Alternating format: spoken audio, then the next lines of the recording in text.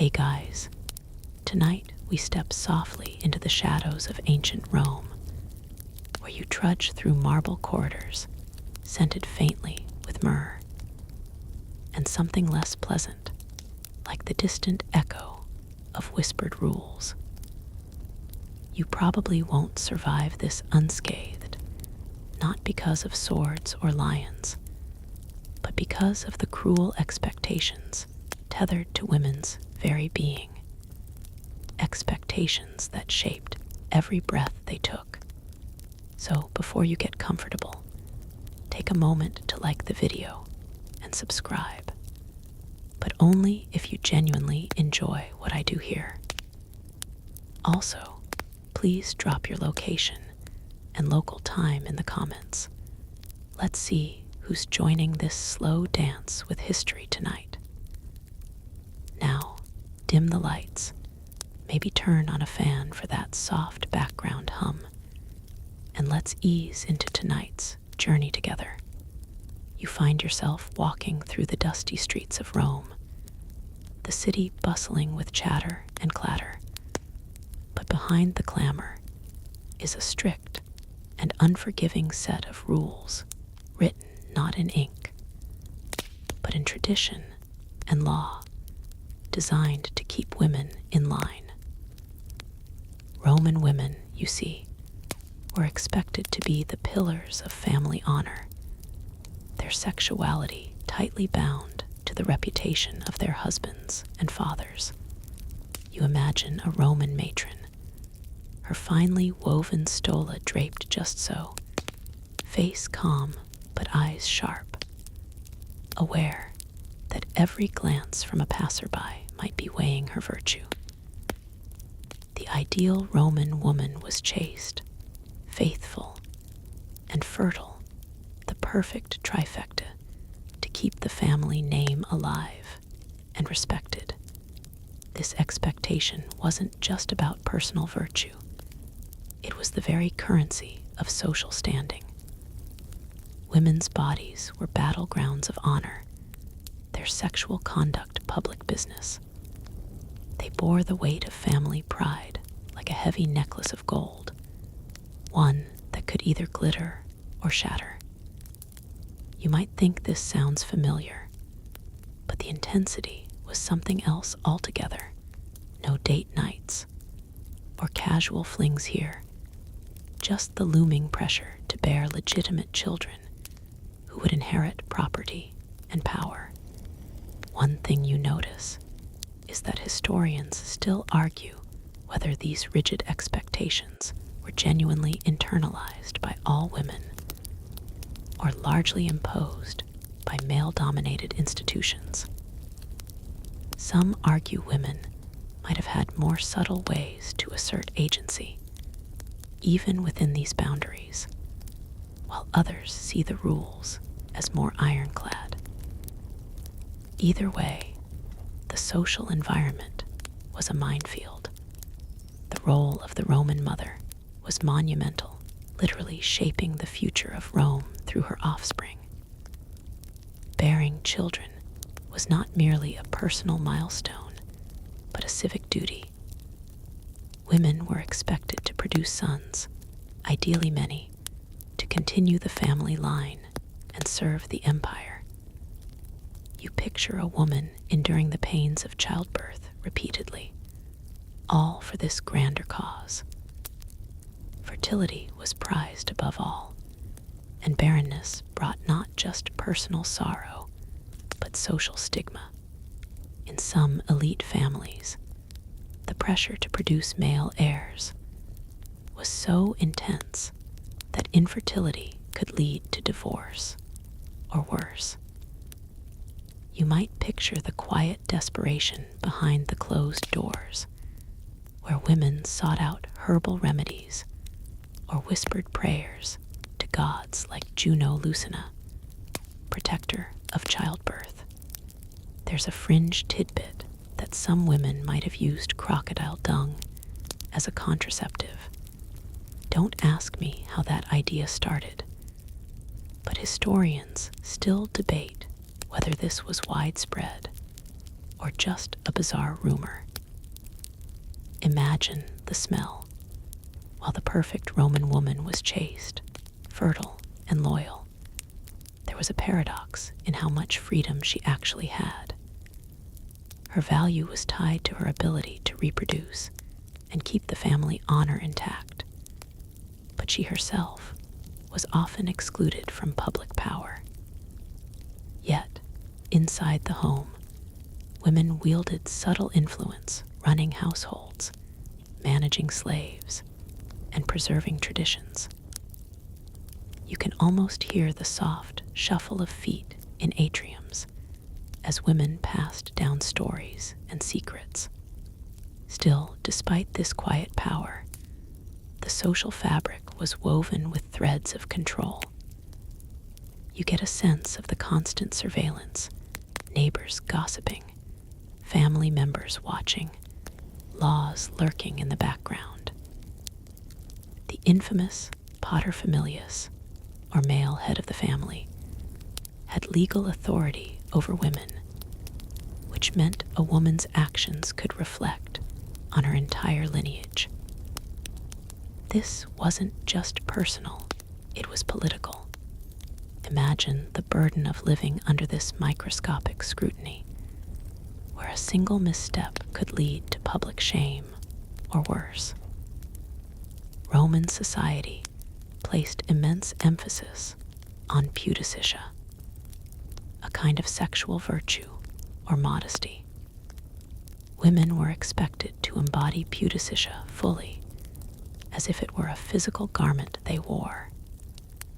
You could say it was the original "keep it together" mantra. There's also an interesting cultural note. While the ideal woman was modest and loyal, Roman men enjoyed more sexual freedom, creating a double standard that's hard not to notice. Of course, male sexual transgressions were often overlooked or even expected, while women were held to a much higher standard.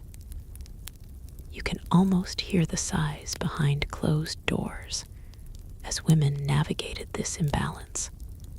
One quirky tidbit is that Roman brides sometimes wore a special hairstyle with a nodus, a knot over the forehead that symbolized their purity and readiness for marriage. A small detail, but one loaded with meaning, almost like a silent announcement to the world. Historians still argue whether these symbols were taken as seriously by the women themselves, or were just a spectacle for the public. Walking deeper into this world, you see that women's sexuality wasn't just a personal matter, but a tool of social order. Laws, customs, and religious rituals intertwined to enforce these expectations. Women could not simply choose how to live. They had to navigate a labyrinth of duties and taboos, always aware of the stakes. This is not to say all women were victims of the system.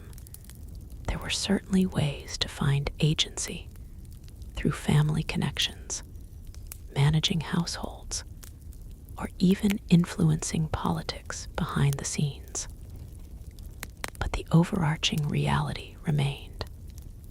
Women's sexuality was never just their own. So tonight, as you imagine the flickering torchlight casting long shadows on marble statues, remember that Roman women carried not just the weight of the empire's expectations, but also the intimate burden of their own bodies as battlegrounds of honor and control. It's a world where every glance, every whisper, every choice was charged with meaning, and where survival meant walking a razor's edge between duty and desire. You step further into the mosaic of Roman daily life, the sun warming the worn stone beneath your sandals as you approach a bustling domus where marriage isn't just a personal milestone, it's a carefully orchestrated power play.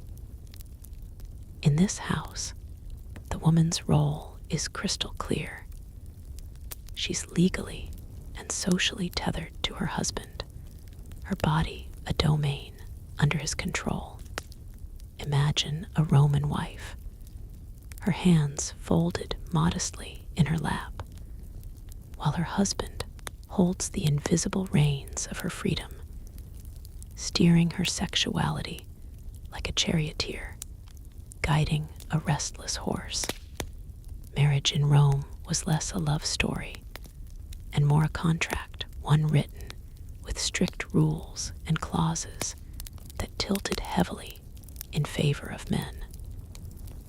The concept of maenus comes into play here, where a wife might be placed under the legal power of her husband, essentially transferring her from her father's authority to his.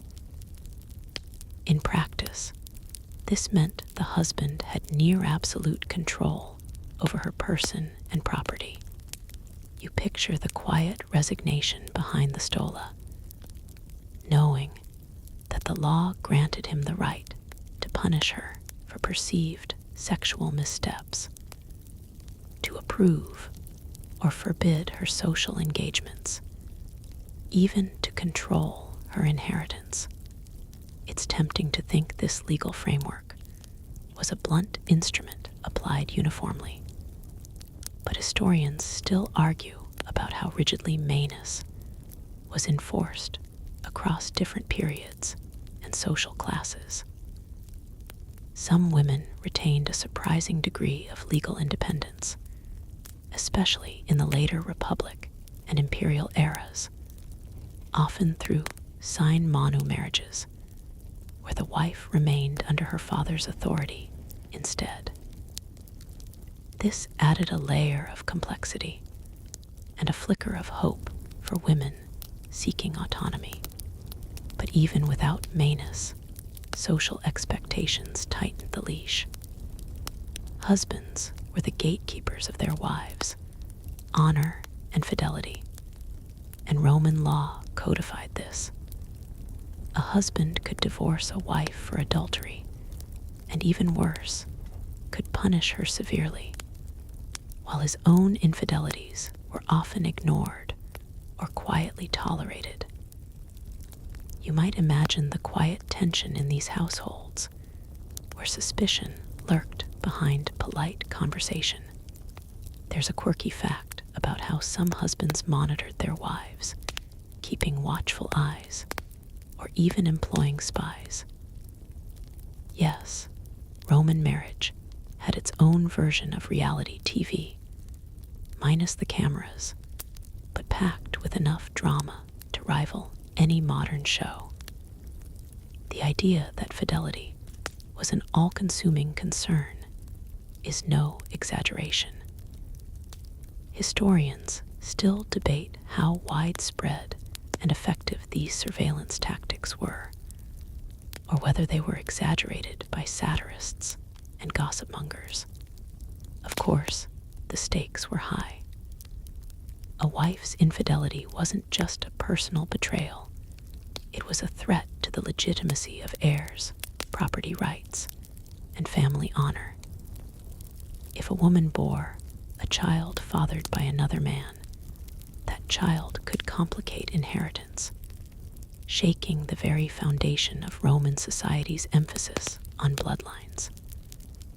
It's a legal and social tightrope walk that you can almost feel the tension of as you imagine those long, silent dinners where trust hung by a thread.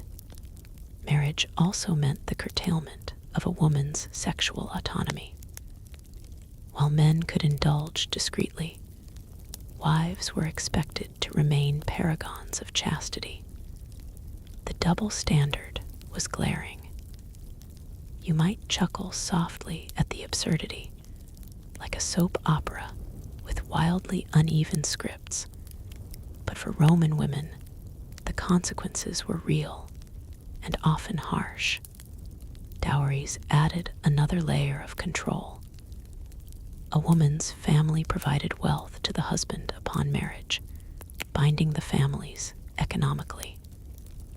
This wasn't just a simple exchange, it was a strategic investment, and the dowry often determined the woman's value in the marriage market.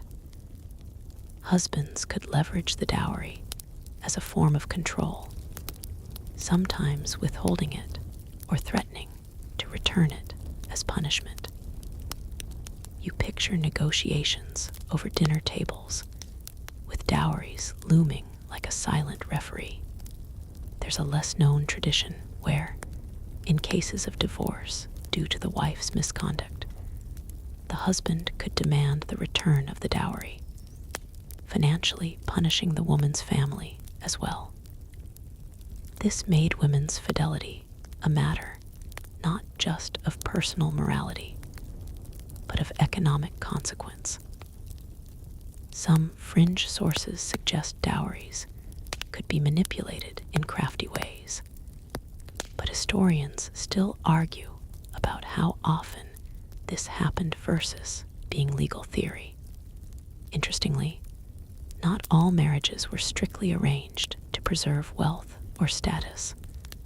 Love, while rarely the primary factor, wasn't completely absent.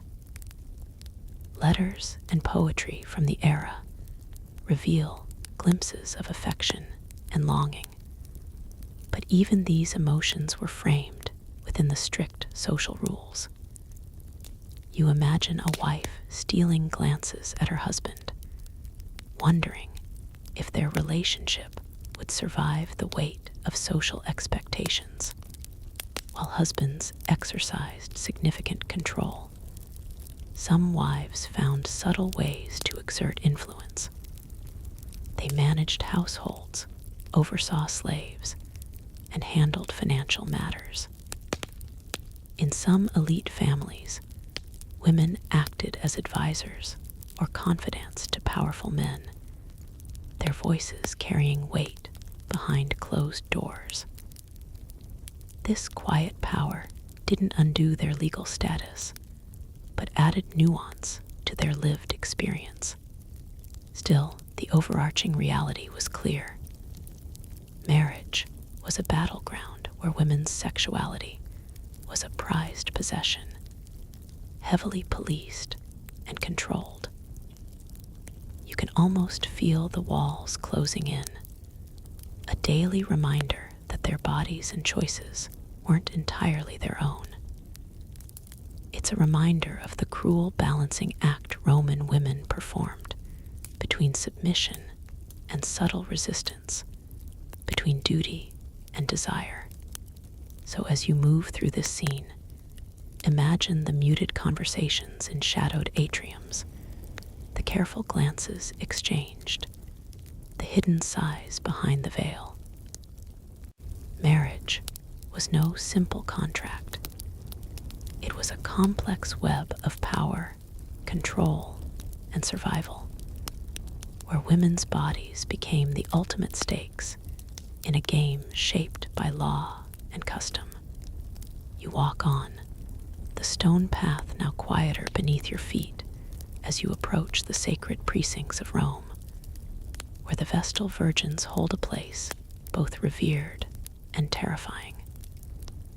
Imagine yourself standing before a temple, its marble columns gleaming faintly in the twilight, the air heavy with incense and whispered prayers. Here, women live under a vow of chastity that is both a blessing and a cage, sacred yet imprisoned. Vestal virgins were chosen as girls, often between 6 and 10 years old, to serve for 30 years guarding the eternal flame of Vesta, goddess of the hearth. Their role was essential. If the flame ever went out, it was believed disaster would strike Rome. You can almost hear the faint crackle of that fire, symbolic of Rome's life and power. These women were entrusted with the city's safety, a rare honor granting them privileges unavailable to most women, like owning property, voting rights in rare cases, and freedom from a father or husband's control. Yet this sacred status came with severe restrictions, the harshest being the absolute prohibition against sexual activity. The Vestal virgins took a vow of chastity that was legally binding and brutally enforced. Breaking this vow was considered an act of treason against the state itself. The punishments for violation were notoriously cruel and public. You might find it chilling that if a Vestal was accused of unchastity, she wasn't simply sent to prison or exiled. Instead, she was buried alive in an underground chamber with just a small supply of food and water, an archaic punishment symbolizing the city's need to cleanse itself without spilling the sacred blood of a Vestal. The accused man involved, if any, would be flogged to death. It's a grim tableau that feels almost like a myth, but it was reality. Historians still argue whether all such accusations were grounded in truth or often politically motivated. Some suggest charges might have been used as weapons in power struggles, while others see them as genuine attempts to preserve sacred purity. The Vestal's life was one of paradoxes. They enjoyed freedoms most Roman women never could: legal independence, respect, and even public seats at games and events. Yet they were trapped in a lifetime of service and sacrifice. Imagine the isolation. No marriage, no motherhood, no personal family ties. The sacred flame was their only family, and Rome their only home.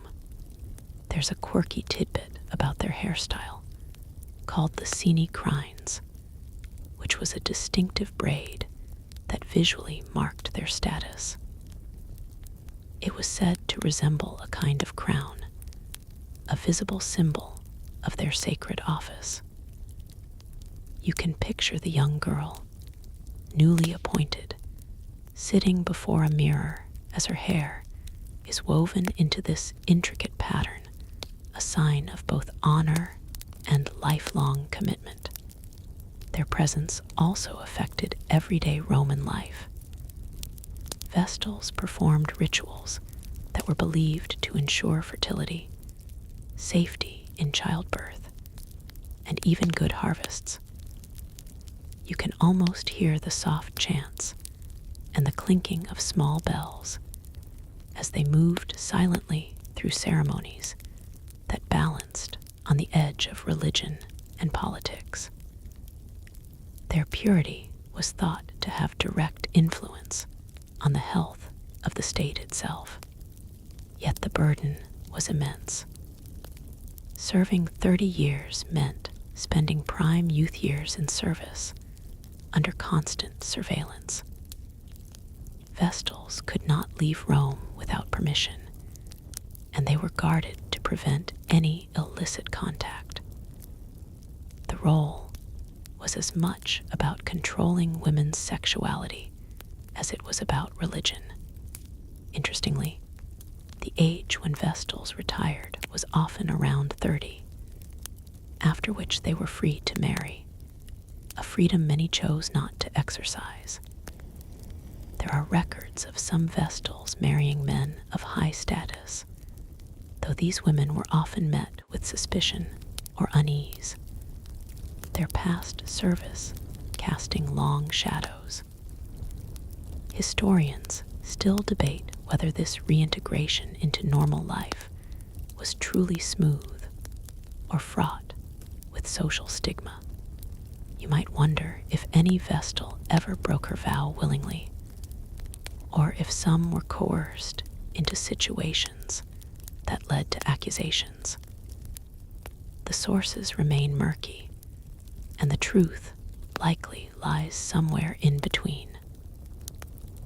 The power of myth and state combined to make their chastity less a personal virtue and more a symbol of Rome's strength. Their story is one of extremes: reverence and fear, freedom and confinement, honor and cruelty. You feel the weight of their sacrifice, a reminder that in ancient Rome, women's sexuality was not merely private. It was woven tightly into the fabric of empire, law, and religion, sometimes with tragic consequences. So as you imagine the soft flicker of that eternal flame, think of the Vestal virgins, women who lived sacred lives behind marble walls, their chastity both shield and prison. Their stories echo through the ages, a haunting reminder of the fine line between power and imprisonment. You continue your slow walk through the shadowy streets of Rome, where whispers of scandal and judgment linger in the air like the faint scent of burning oil lamps.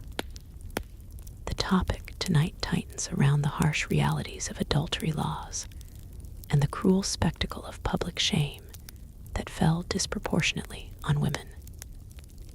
Picture the courthouse steps, marble gleaming under the hot sun, where a woman accused of adultery stands exposed not just legally, but socially, her fate a cautionary tale writ large for all.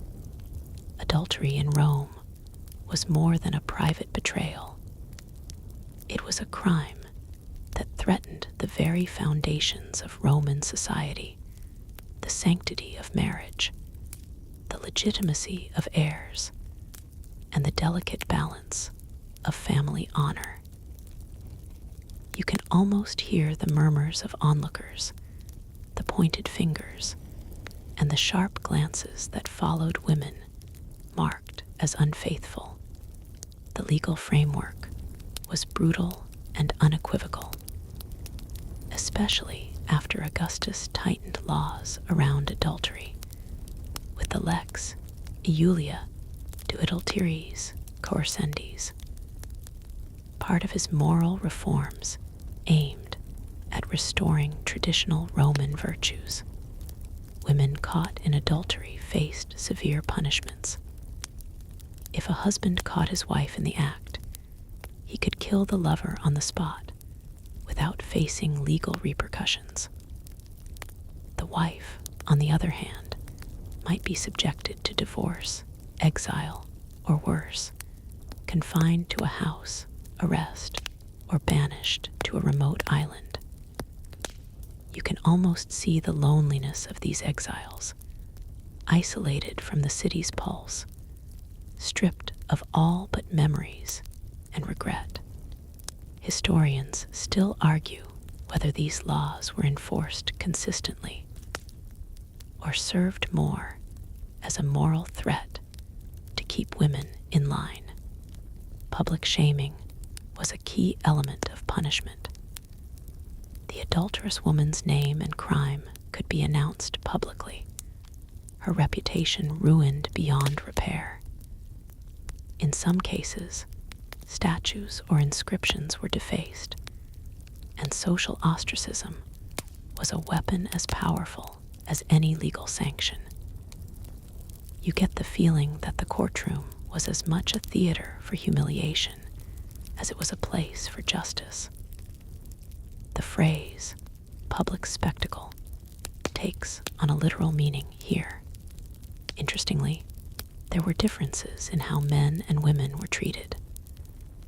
Male adultery was often overlooked, especially if it involved prostitutes or slaves, but female adultery was a betrayal of family and social order. The stark double standard was almost comedic if it weren't so tragic. You might imagine a Roman man boasting about his conquests, while his wife was locked away for a single misstep. It's a script you've heard echoed through the centuries. There's a fringe tidbit about how some women, to avoid detection, would engage in elaborate subterfuges, secret meetings, coded messages, or disguises. Some even allegedly used potions to sedate suspicious husbands, or employed accomplices to create alibis. Historians still debate the veracity of these tales, wondering if they reflect real intrigue, or were simply salacious gossip spread by Roman satirists hungry for scandal. The laws also had economic implications.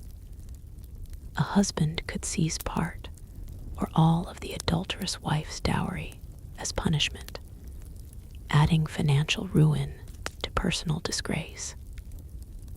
You picture families forced into hardship because of one woman's transgression, which might sometimes be as ambiguous as a misunderstood glance or a misconstrued conversation. The law's reach was wide, and its grip merciless. Beyond the legal and economic punishments, the psychological toll was immense. Women accused of adultery often faced isolation, the loss of children, and permanent damage to their social standing. Even after serving sentences or exile, many found it impossible to reintegrate into Roman society fully. It's a grim reminder of how control over women's bodies was enforced not just through law, but through social structures that reinforced silence and submission. Yet, it's important to note that some women pushed back, using their wit, family connections, or even public sympathy to soften their punishments or regain status. You might think of these as early forms of resistance within an oppressive system. Historians still argue how common or effective such maneuvers were, but they remind us that women were not merely passive victims. You might wonder about the men involved in these scandals, often overlooked in the historical record, but no less important. Sometimes, powerful men escaped punishment entirely, and occasionally, the scandal itself became a political tool, weaponized in power struggles among the elite. The intertwining of sex, power, and politics created a complex dance with high stakes. So tonight, as you picture the echoing steps in the forum and the hush of the crowd watching a woman stand accused, remember the harsh reality. Adultery laws in Rome were less about justice and more about control. The spectacle of punishment ensured that women's sexuality remained a public affair, policed by law, society, and relentless rumor. As you wander further into the labyrinth of Rome's shadowed alleys and sun-drenched forums, you encounter the silent, often invisible world of enslaved women. Here, the cruelest sexual customs take on a darker, harsher form, shaped by powerlessness and exploitation. Imagine the dusty confines of a domus, where a woman, no longer a citizen, no longer a wife or mother in the social sense, is legally reduced to property, her body at the mercy of her owner's whims. Slavery in Rome was widespread, touching nearly every facet of life, and enslaved women were among the most vulnerable.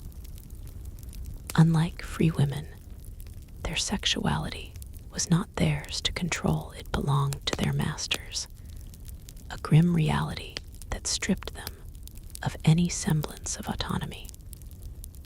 You might imagine the cold, unyielding walls of their quarters, the whispered fears in the dark, and the quiet resignations that punctuated their days. Legally, enslaved women had no protection from sexual exploitation. Owners could compel them into sexual acts without consent, and such violations were not recognized as crimes. You almost feel the crushing weight of this truth.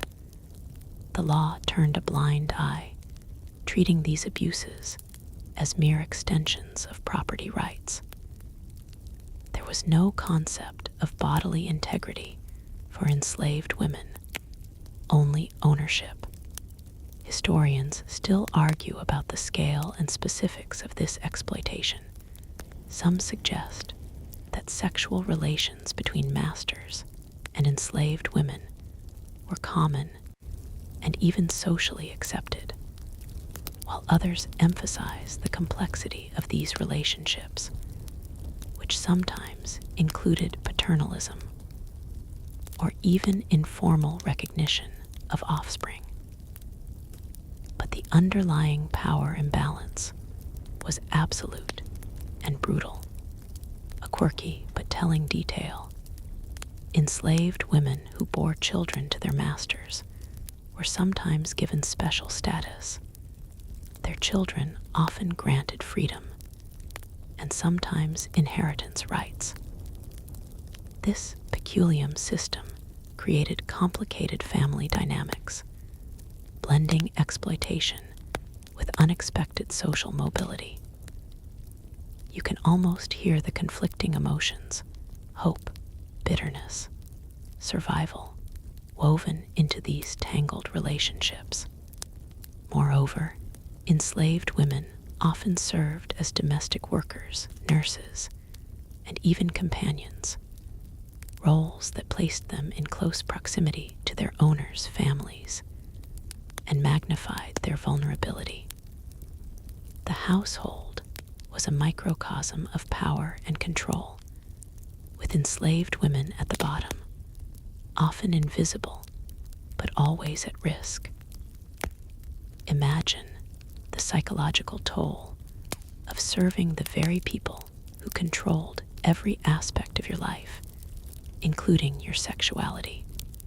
Some enslaved women tried to resist or negotiate better conditions, sometimes through secret relationships, alliances with other slaves, or subtle acts of defiance. But such acts carried grave risks, including punishment or sale away from familiar surroundings. The very threat of breaking up families was a tool to maintain control, an unusual tidbit you might not expect. Roman law sometimes allowed enslaved women to gain freedom through manumission, and freedwomen could rise to surprisingly influential roles in business or society. Yet, the legacy of exploitation often lingered, complicating their social standing. Historians debate how freely these women could shape their lives post-freedom, or if the scars of slavery bound them indefinitely. The sexual exploitation of enslaved women also had broader societal implications. Their children, often born into slavery or freedom, depending on their mother's status, contributed to the complex demographics of Rome. The mingling of bloodlines challenged notions of purity and status, especially when descendants of enslaved women integrated into free society. You can almost feel the tension beneath the surface of Roman social life, between public ideals of virtue and the hidden realities of power and exploitation. This tension reflects a society built on contradictions. The idealized image of the virtuous woman versus the grim existence of enslaved women denied even basic rights. So as you walk away from this shadowed corner of Rome, remember the silent suffering of enslaved women, those whose sexuality was not a source of honor, but a tool of control and abuse. Their stories, often lost or ignored, remind us that behind the grandeur of empire lay harsh realities of power, survival, and resilience. You drift now into the quieter chambers of Roman family life, where the exchange of dowries turns marriage into a transaction, a negotiation of wealth, alliances, and control, all tightly intertwined with women's futures and sexual autonomy. Imagine yourself seated at a low table, surrounded by the low murmur of family elders, as they discuss the value of a daughter's dowry with a suitor's family. The stakes are high, and the woman at the center is both a prize and a pawn in this intricate game. Dowries in Rome were more than just gifts. They were substantial economic commitments that could determine the fate of a marriage. Typically, a woman's family provided a sum or property to the husband, ostensibly to help with household expenses. But in reality, the dowry was a tool of leverage and control, tightly linking the woman's sexuality and future to her family's wealth. You picture the anxious mother hoping the dowry secures a good match, while the daughter quietly weighs her limited options. Roman law allowed the husband to manage the dowry, but also to return it if the marriage ended, especially if the wife was deemed at fault. This created a chilling incentive for women to maintain strict fidelity and conform to expectations, as failure could mean financial ruin not just for them, but for their entire family. Imagine the quiet pressure this imposed, making every action a calculation with both emotional and monetary consequences. There's a quirky historical note. Some wealthy women's dowries were so large that they became objects of political interest, and disputes over their return or management occasionally ended up in court, sometimes dragging on for years.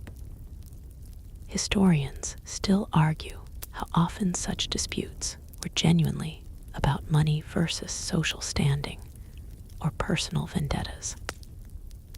But you can almost picture the legal wrangling, lawyers waving scrolls, and the frustration behind the scenes. The dowry system also influenced women's sexual futures directly. A large dowry might secure a better husband, but also made a woman a more valuable asset to be protected and controlled.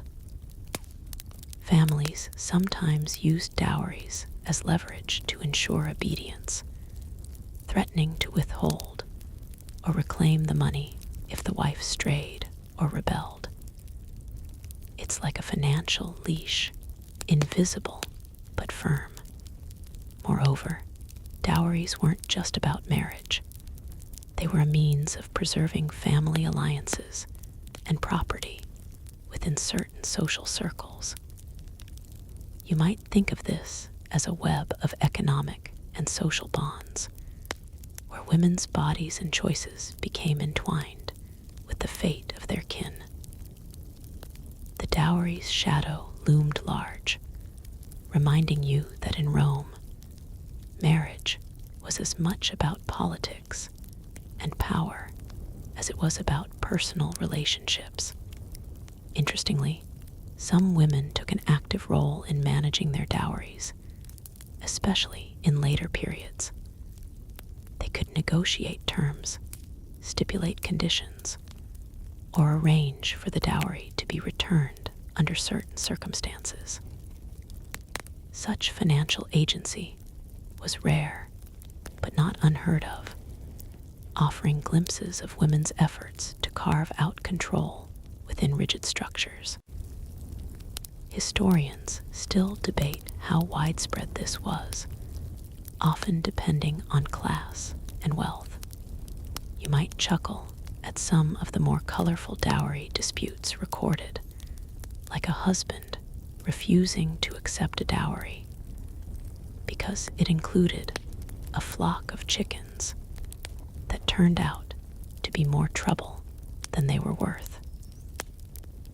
Though details like this might seem trivial, they reveal the human side of these ancient economic transactions.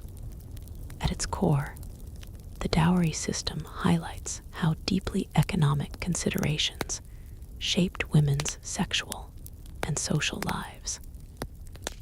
Their futures were negotiated in rooms filled with stern elders and legal documents, where personal desires took a backseat to family honor and wealth preservation. You imagine the tension between the daughter's quiet hopes and the loud expectations of those around her. As you move on from this scene, remember the dowry's dual nature, a symbol of family commitment and a tool of control, tying women's sexuality and autonomy to the shifting tides of wealth and power. It's a reminder that in Rome, love and money were never far apart, and that women's bodies often bore the cost of those intertwined fortunes. You find yourself stepping into the dim-lit temples and quiet groves of Rome, where religion seeps into every corner of life, especially the intricate and often contradictory realm of female sexuality.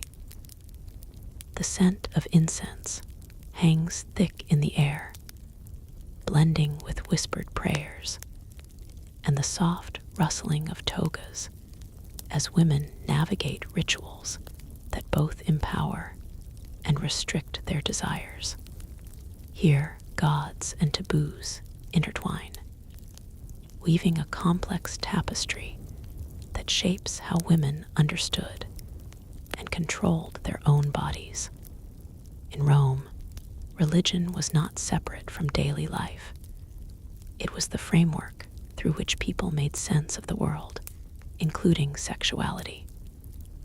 Female sexuality was deeply entangled with religious expectations. Fertility goddesses were revered, yet sexual misconduct was harshly punished. You can almost hear the chants to Venus, goddess of love and desire, while nearby, warnings about the dangers of impurity echo through the temple halls. The contradictory messages create a world where women's sexuality is sacred and suspect at once. One mainstream fact is that many festivals and rituals specifically celebrated female fertility and chastity, such as the rites of Bona Dea, an exclusively female ceremony shrouded in secrecy. Women participated actively, seeking blessings for health and fertility, but the rituals often included strict rules about behavior, dress, and speech. You might imagine the solemn faces of participants, the whispered incantations, the tightrope walk between piety and personal freedom. Yet, Roman religion also imposed taboos on women's sexuality, enforcing strict norms to protect family honor and social order. Sexual transgressions were not only moral failings, but offenses against the gods. potentially inviting divine punishment on the entire community. You can almost feel the weight of divine judgment pressing down on every act of desire or restraint. Historians still argue whether these religious rules genuinely reflected women's beliefs or were primarily tools for male-dominated institutions to maintain control. A quirky tidbit involves the use of certain charms and amulets women wore to protect themselves from sexual harm or to attract lovers. Some of these objects contained inscriptions invoking gods or magical formulas, blending superstition with faith. You might smile at the thought of a Roman woman clutching a tiny phallic charm, hoping it works better than the latest perfume. These artifacts reveal a more personal and practical side to religious belief, showing women as active agents in managing their sexuality through faith and folklore. Religious offices offered women some unique roles and avenues of influence.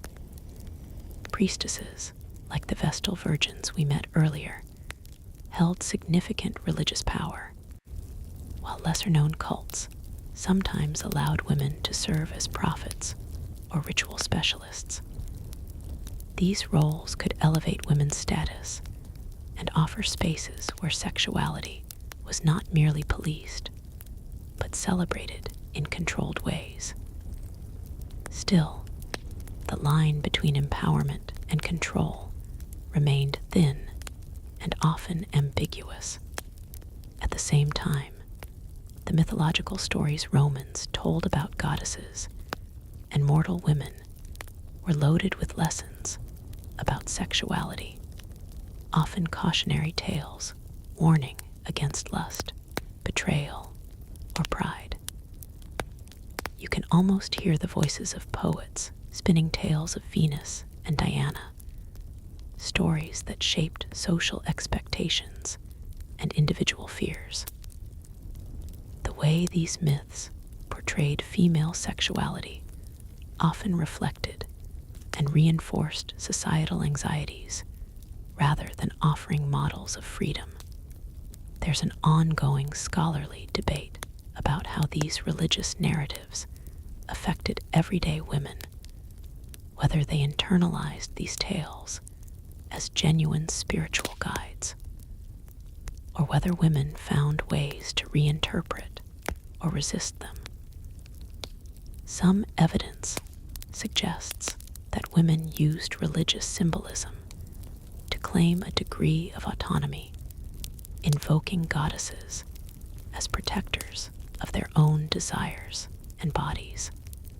Moreover, certain rites tied sexuality to seasonal cycles, agricultural fertility, and the rhythms of life and death, connecting women's bodies to broader cosmic orders. You might picture festivals where women danced and sang, embodying fertility and life's renewal, even as other rituals demanded chastity and silence. This duality is a vivid example of the contradictions women lived with daily. You also find that religious prohibitions sometimes conflicted with social practices. For instance, while chastity was prized, certain sexual acts were ritually sanctioned, especially in sacred prostitution or temple rites outside mainstream Roman religion. These complexities blur the lines between sin and sanctity, showing how religion's role in female sexuality was anything but straightforward. As you reflect on these overlapping roles of religion, sexuality, and power, you realize how Roman women navigated a world where sacredness and suspicion were inseparable companions. Their sexuality was both a gift from the gods and a potential source of divine wrath, making every choice a spiritual and social negotiation. So as you step back from the temples and rituals, carry with you the image of Roman women moving through a landscape where faith and desire tangled in delicate, sometimes painful ways. It's a reminder that even in ancient times, female sexuality was a complex, multifaceted experience shaped by forces both seen and unseen. You step softly now into the murkier side streets and bustling porticos of ancient Rome, where the role of prostitutes weaves an intricate and often misunderstood thread through the fabric of society. Picture a crowded tavern or a dimly lit alley, the air thick with the scents of spiced wine and tobacco substitutes, where women in colorful tunics negotiate their survival in a world that both scorns and depends on them. Prostitution in Rome was a paradox, a profession that marked women as marginal, yet made them indispensable to the social order. Roman prostitutes occupied a unique place in society. They were legally tolerated, even regulated, yet socially stigmatized.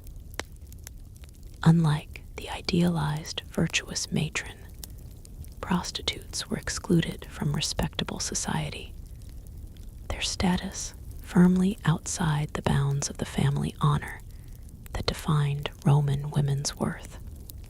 Yet they played essential roles, serving not just as sources of pleasure, but as outlets for male sexual expression, which allowed the so-called respectable women to maintain their chastity and reputation.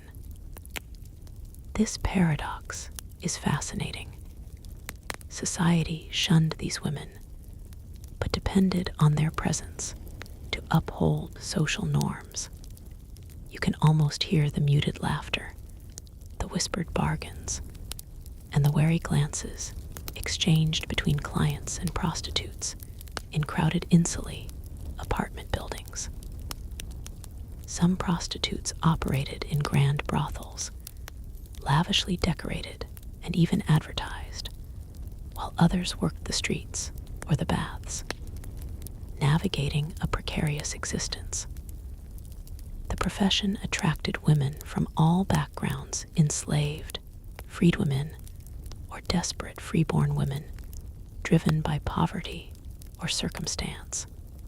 Interestingly, prostitution was legal but heavily taxed in Rome, with the government sometimes owning brothels or imposing fines on illegal operations. This commercial aspect highlights how prostitution was embedded within the city's economy, a business with rules and regulations, even as it remained socially marginal. Historians still debate whether this official recognition provided protection or simply increased exploitation. A quirky but revealing detail involves the use of small tokens, or spintria coins, thought to have been used as brothel tokens to denote specific sexual services. These coins, often engraved with explicit imagery, hint at a level of organization and specialization within the trade that challenges modern assumptions about ancient prostitution being chaotic or unregulated. The existence of such tokens suggests a surprisingly sophisticated system catering to various tastes and budgets. Yet the life of a prostitute was fraught with danger and instability. These women faced physical risks from clients, social ostracism, and legal restrictions. For example, prostitutes were barred from wearing the stola, the traditional garment of respectable Roman women, and had to wear distinctive clothing, marking them as other and reinforcing their exclusion. You can picture the harsh judgment in every glance, the isolation from family or community. Despite this, some prostitutes managed to accumulate wealth and social capital. Certain famous courtesans became celebrities, entertaining elite clients, and even influencing politics or culture behind the scenes. They could live relatively comfortable lives compared to their lower status peers, sometimes owning property or freeing themselves from slavery. You might imagine the contrast between a street-level sex worker and a famed courtesan hosting guests in an opulent domus. The difference, worlds apart, yet connected by the same profession.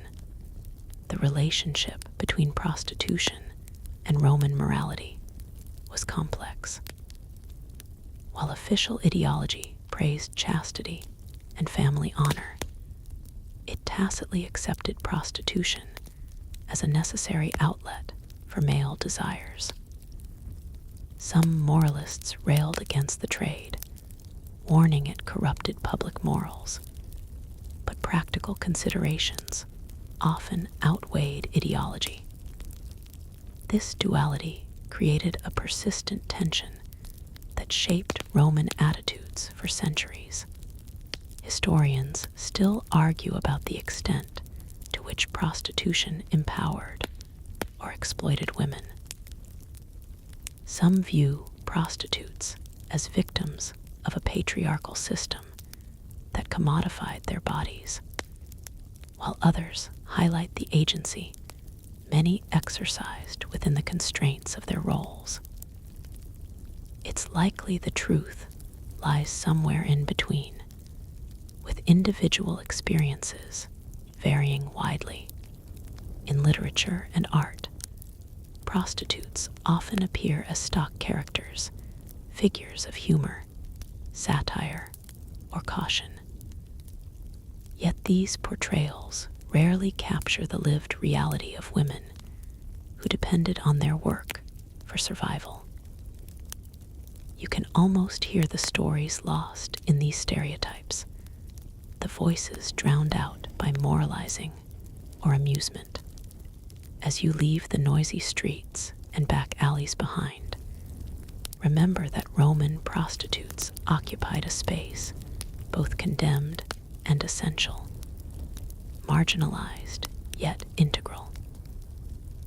Their lives remind us that ancient societies were complex, filled with contradictions and struggles over control, survival, and dignity. You continue your slow, measured stroll through the labyrinth of ancient Rome, this time focusing on the lives of elite women whose sexual freedoms were as tightly controlled as those of any matron, yet who navigated power with a subtlety that often escapes modern eyes. Imagine yourself seated in a richly adorned atrium, the warm glow of oil lamps reflecting off polished marble, as a noblewoman contemplates the double-edged sword of her social status, a position that confers privilege but demands sacrifice, especially in the realm of sexuality. Elite Roman women lived under a paradoxical set of rules. Their bodies were symbols of family honor, and their sexual behavior was strictly policed. Yet they often wielded significant influence behind the scenes. You can almost hear the soft murmur of conspiracies and alliances, whispered between silk-draped walls, where a woman's virtue was both her shield and her cage. Their sexual conduct was a matter of public concern, linked to political fortunes and dynastic survival. Marriage for elite women was almost always a strategic alliance, a tool for cementing political and economic power. Their chastity before marriage was paramount, but once married, their role shifted to that of loyal wife and fertile mother. Bearing legitimate heirs was essential, and infertility or scandal could spell social disaster. You picture the pressure mounting as generations of ancestors watch silently through ancestral masks, reminding them of their duties. Historians still argue whether elite women could exercise genuine sexual agency within these confines, or whether their roles were largely scripted by patriarchal expectations. Some suggest that women found subtle ways to negotiate power through courtly influence, patronage, or covert relationships, while others emphasize the heavy limitations imposed by law and custom. It's a nuanced picture of power and restraint. A quirky detail lies in the use of personal adornments and perfumes by elite women, not merely for vanity, but as tools of influence. Certain scents or jewelry might signal status, availability, or even political allegiance.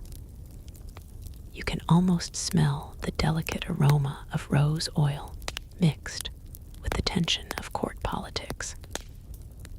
These subtle signals were part of a language understood by those in the know.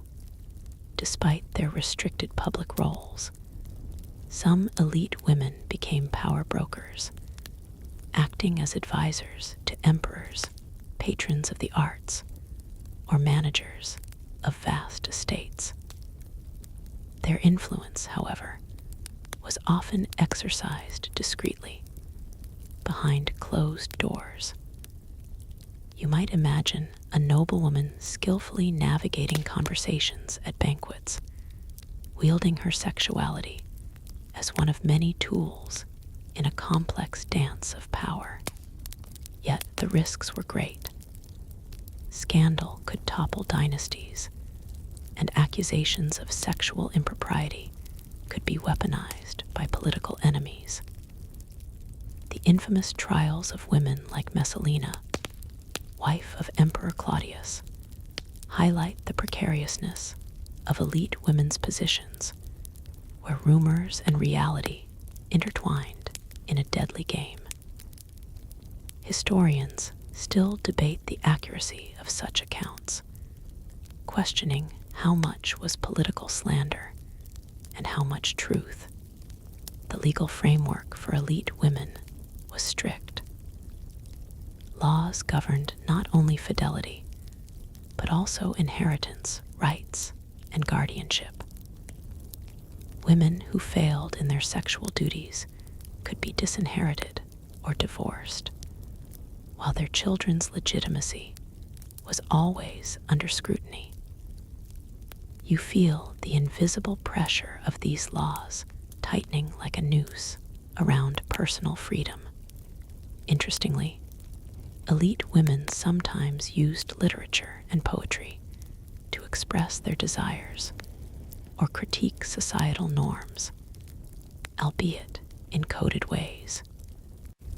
You might picture a lady reading Sappho or Ovid by candlelight, finding solace and subtle rebellion in words.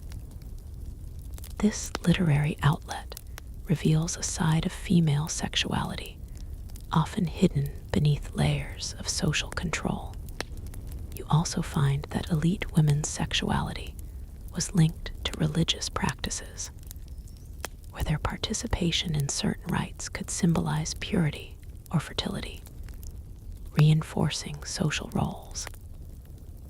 At the same time, some engaged in affairs or relationships outside marriage, carefully concealed to avoid scandal, but reflective of personal agency.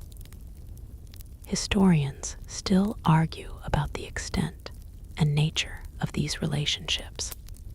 As you move through this scene, you grasp the complexity of elite women's lives, a tapestry woven with threads of power, control, desire, and risk.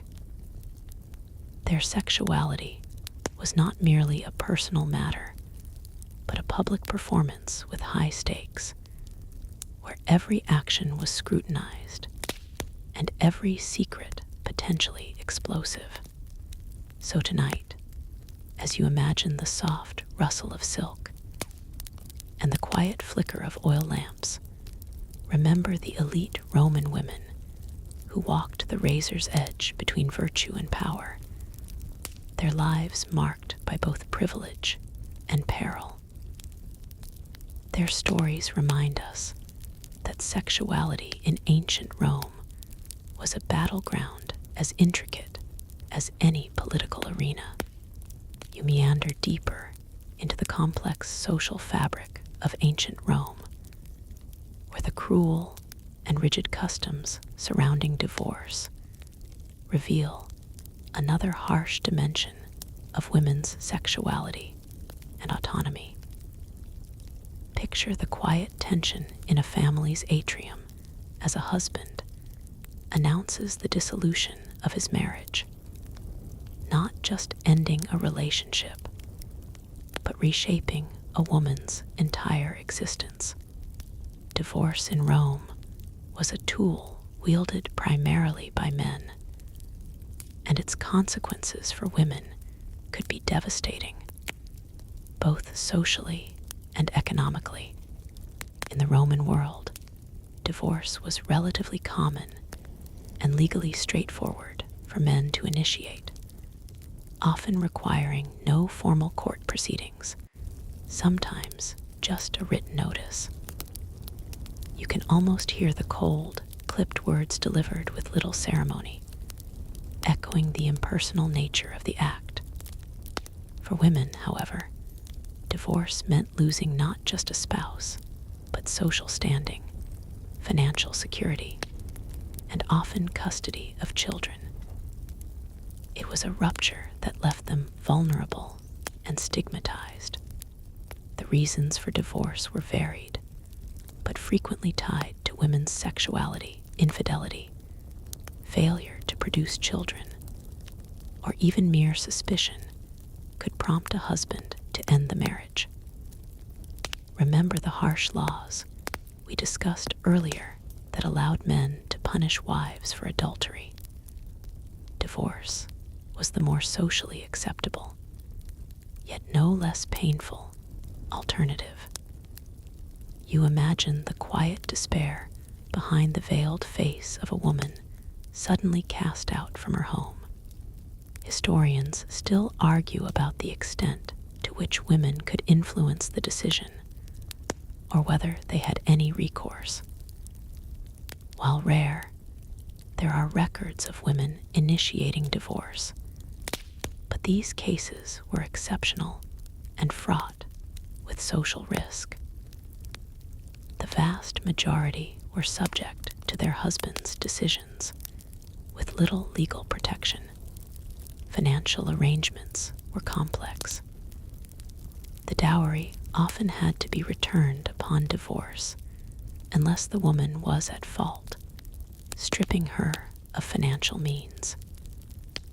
You picture the frantic negotiations over property and money, the bitter disputes played out behind closed doors, where economic survival was on the line. Divorce could plunge women into poverty, especially if they had no family support.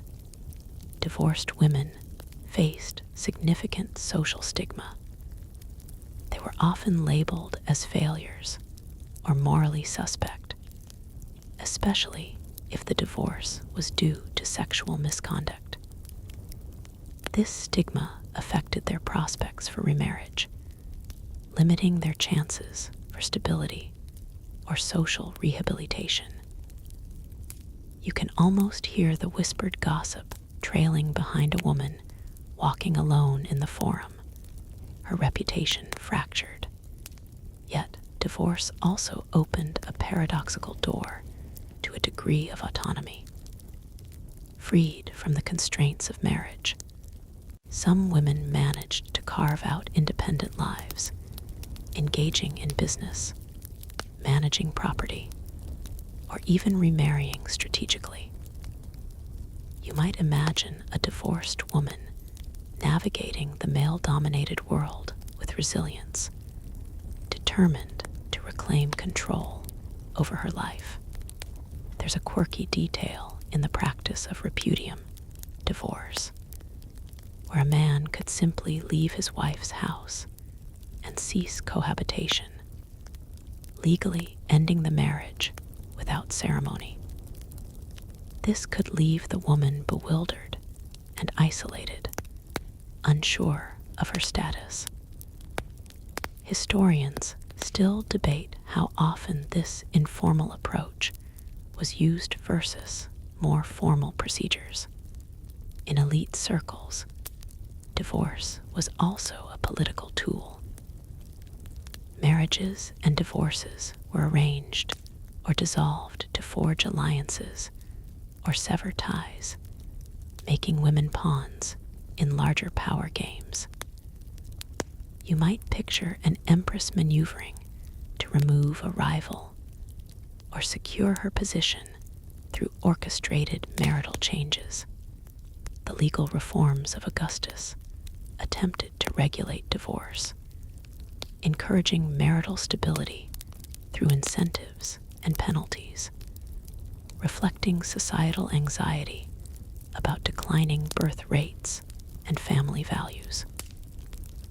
Yet, these laws often reinforced male dominance rather than protecting women. You sense the tension between public morality campaigns and the private realities of fractured families. Psychologically, divorce could be traumatic, especially given the public nature of accusations and the loss of children. Women's identities were tightly linked to their roles as wives and mothers, and losing these roles meant a profound personal upheaval. It's a reminder that in Rome, personal tragedy was often inseparable from legal and social control. As you walk away from this scene, the shadows lengthen, and you reflect on the cruel paradox of Roman divorce, a mechanism that could free women, but often ensnared them in stigma and hardship. It's another thread in the tangled web of sexual control and social order that shaped women's lives in the empire. You stroll into the quieter corners of Roman medical history, where women's bodies were studied, controlled, and often misunderstood. Imagine a dimly lit room filled with the faint smell of herbs and oils, where physicians, mostly men, examine female patients through the limited lens of contemporary science, mixing observation with prejudice. In this space, you glimpse the fragile balance between care and control, where medical practices intersect with sexual norms and cultural beliefs about women's bodies. Roman medicine, influenced heavily by Greek traditions, often regarded female sexuality and reproduction as mysterious and volatile forces. The womb, in particular, was a subject of fascination and fear, a source of both life and potential danger. You can almost hear the cautious voices of doctors debating symptoms like hysteria, infertility, or wandering womb. Concepts now long discarded, but taken seriously then. These medical ideas shaped how women's bodies were treated and controlled. One well-known fact is the belief in the wandering womb, a condition thought to cause various physical and mental ailments by the uterus moving within the body. Treatments ranged from massages to fumigations, often aimed at reclaiming the womb. You might picture a woman lying on a wooden table, her body manipulated in ways that today seem odd or even cruel, all in the name of restoring balance. Historians still argue about how much these medical theories reflected actual female experiences versus male projections of anxiety and control. The medicalization of women's bodies often reinforced social expectations, framing natural biological processes as disorders requiring intervention. It's a reminder of how knowledge and power intertwine. A quirky but telling detail involves the use of scented oils and potions marketed to women, promising to enhance fertility, regulate menstruation, or attract lovers. Advertisements, often inscribed on walls, reveal a booming market for such remedies, blending science, superstition, and commerce. You can almost smell the mingling aromas of these concoctions, marketed both to heal and to enchant. Midwives held an essential but ambivalent position in Roman medicine.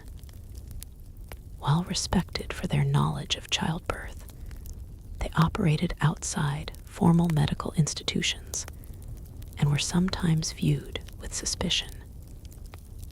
Their expertise was crucial in navigating the dangers of pregnancy and delivery, yet their practices were often undocumented, overshadowed by male physicians' writings. The control of women's reproductive health extended into legal realms. For example, abortion was legally tolerated under certain conditions, but morally contested. The risks and ethics surrounding abortion reveal a society grappling with the tension between individual agency and social order. You imagine whispered conversations about secret procedures, the risks undertaken by women desperate to control their own bodies. Interestingly, fertility treatments sometimes included rituals or prayers to deities like Juno Lucina, goddess of childbirth, blending medicine and religion. This dual approach highlights how Roman women and their families sought to influence outcomes through multiple channels. You might picture a young woman praying fervently while undergoing a treatment, seeking hope from both gods and physicians. The scholarly debate continues around how accessible and effective Roman medical care was for women, especially across different social classes. Elite women might afford skilled physicians, while poorer women relied on folk remedies and midwives. This disparity underscores the broader social inequalities in Roman society. Psychological conditions, often linked to women's sexuality or reproductive status, were sometimes diagnosed with terms like hysteria, reflecting cultural biases rather than medical realities. The legacy of such diagnoses persisted for centuries, shaping attitudes toward women's mental health. As you consider these complexities, you realize that Roman medicine was as much a tool of social control as it was a source of healing. Women's bodies were sites of knowledge, fear, and power, contested by doctors, priests, and society at large. So, as you step away from the flickering oil lamps and ancient remedies, remember that the story of women's health in Rome is a tale of both care and constraint. It reminds us how medicine can reflect the values and fears of its time, shaping lives in profound ways. You wander now into the bustling markets and quieter courtyards of ancient Rome, where the lives of freedwomen unfold with surprising complexity. Imagine a woman who has recently escaped the bonds of slavery, stepping into a world filled with both opportunity and lingering chains of stigma. Freedwomen occupied a unique social space, no longer property, yet far from full citizens, and their sexual autonomy was a complicated negotiation between newfound freedom and persistent social constraints. Freedwomen often found themselves navigating an uncertain landscape. Legally, they were free to marry, own property, and conduct business, but their past as slaves cast a long shadow. Society viewed them with suspicion, especially regarding their sexual behavior. You might hear the quiet judgment in the marketplace or the pointed gossip at the baths, reminding freedwomen that freedom was not always freedom from scrutiny. One notable fact is that freedwomen's children were born free and held full citizen rights, which made the status of the mother a crucial link in social mobility. This created incentives for freedwomen to conform to social expectations of chastity and fidelity, even as they carved out independent lives. You can picture a mother teaching her daughter the delicate art of balancing freedom with respectability. Historians still argue about how much sexual freedom freedwomen truly enjoyed. Some evidence suggests they could engage in relationships more openly than their enslaved past might suggest, while other sources highlight the persistent double standards and restrictions placed on their behavior. The debate continues on how effectively freedwomen could assert control over their sexuality in a world still wary of their origins. A quirky detail involves the use of inscriptions on tombstones, where freedwomen sometimes proudly emphasized their virtue and respectable marriages, as if to counteract societal prejudice. These epitaphs offer rare, personal glimpses into their lives and aspirations, showing a desire not just for freedom, but for honor and recognition. Freedwomen also played vital roles in the economy, working as artisans, merchants, and household managers. Their economic independence sometimes afforded them greater autonomy in personal matters, including sexual relationships. You might imagine the confident steps of a freedwoman negotiating a deal, her presence a quiet assertion of agency. Yet freedwomen remained vulnerable to exploitation, especially in sexual matters. Some were pressured into relationships or economic arrangements that blurred the lines between consent and coercion. The intersection of class, gender, and freedom made their experiences diverse and often fraught. In some cases, freedwomen could attain considerable wealth and social influence, especially when they maintained close ties to their former masters or entered advantageous marriages. These upwardly mobile women sometimes blurred the lines between slave and elite society, challenging rigid social hierarchies.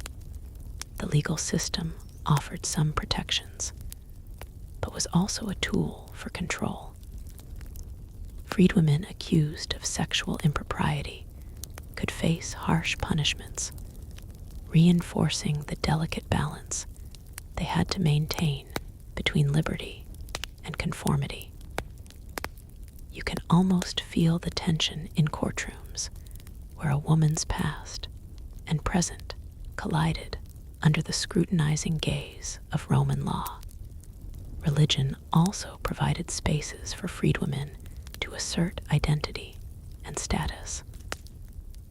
Participation in cults or public ceremonies offered community and respect, even as broader society marginalized them. These religious roles could serve as both spiritual solace and social strategy. The scholarly debate extends to how freedwomen's sexuality influenced broader cultural norms. Some argue their visible presence in public life challenged traditional ideas about female virtue, while others see their experiences as reinforcing prevailing moral standards through negotiation and adaptation. As you leave the lively markets behind, reflect on the paradox of freedwomen's lives, a journey from bondage to a complicated freedom, marked by both empowerment and constraint. Their stories remind us that liberty in ancient Rome was never simple, especially for women whose bodies carried the history of both ownership and autonomy. You find yourself moving into the quieter villas and gardens where the lives of Roman wives unfold in a delicate dance of obedience, loyalty, and constrained desire. Imagine a woman seated by a marble fountain, the soft trickle of water blending with the rustling of leaves, as she contemplates the expectations that govern her sexuality, a web of social rules that defines her role as wife and mother, but leaves little room for personal freedom. Marriage in Rome was not merely a personal relationship, but a social contract binding families, wealth, and political alliances. Wives were expected to embody virtues like modesty and chastity, serving as guardians of family honor through their sexual conduct. You can almost hear the silent pressures, the watchful eyes of in-laws, neighbors, and society, reminding her that her body is not solely her own. Roman law reinforced these expectations, granting husbands significant authority over their wives. The paterfamilias, or male head of the household, controlled legal and economic matters, while wives were often under the legal authority of their husbands. You might picture the invisible chains of this authority, binding women within the domestic sphere and limiting their agency. One mainstream fact is that adultery was severely punished for women, but comparatively tolerated for men, illustrating the double standard deeply ingrained in Roman society. Women caught in adultery could face divorce, loss of dowry, exile, or worse, while male infidelity was often overlooked or discreetly ignored. This harsh disparity underscores the gendered nature of sexual control. Historians still debate how strictly these norms were enforced in practice. Some argue that elite women enjoyed greater sexual freedom behind closed doors, while others emphasize the public scrutiny and severe consequences that curbed such liberties. The truth likely varied depending on class, location, and individual circumstances. A quirky detail comes from literary sources where women's attempts to assert sexual agency are portrayed humorously or critically, such as in the plays of Plautus or the poems of Ovid. These works reflect societal anxieties about female desire, often ridiculing women who step outside accepted bounds. You might smile at the sharp wit, but sense the underlying social warning. Despite constraints, some Roman wives found subtle ways to negotiate power within their marriages. Through managing households, influencing their husbands, or forming networks with other women, they carved out spheres of influence. You can imagine the whispered counsel at gatherings, or the strategic use of gifts and favors to sway decisions. The importance of producing legitimate heirs tied women's sexuality directly to their families' futures, intensifying pressure to conform. Infertility or failure to produce male children could jeopardize a woman's status and security. You might feel the quiet desperation behind the carefully maintained exterior of many wives. Religion also played a role in reinforcing marital fidelity and sexual norms. Rituals and prayers to deities like Juno and Venus invoked protection and blessing for marriages, blending spiritual devotion with social expectations. You picture a wife offering sacrifices, hoping for divine favor in her most personal duties. Legal reforms under emperors like Augustus sought to promote marital fidelity and punish adultery more strictly, reflecting official concerns about morality and population growth. These laws often placed women under even tighter surveillance, illustrating the state's role in policing sexuality. Historians debate the effectiveness and fairness of these measures. Psychologically, living under such scrutiny could be isolating. The internal conflict between personal desire and social duty shaped many women's experiences, often hidden beneath outward compliance.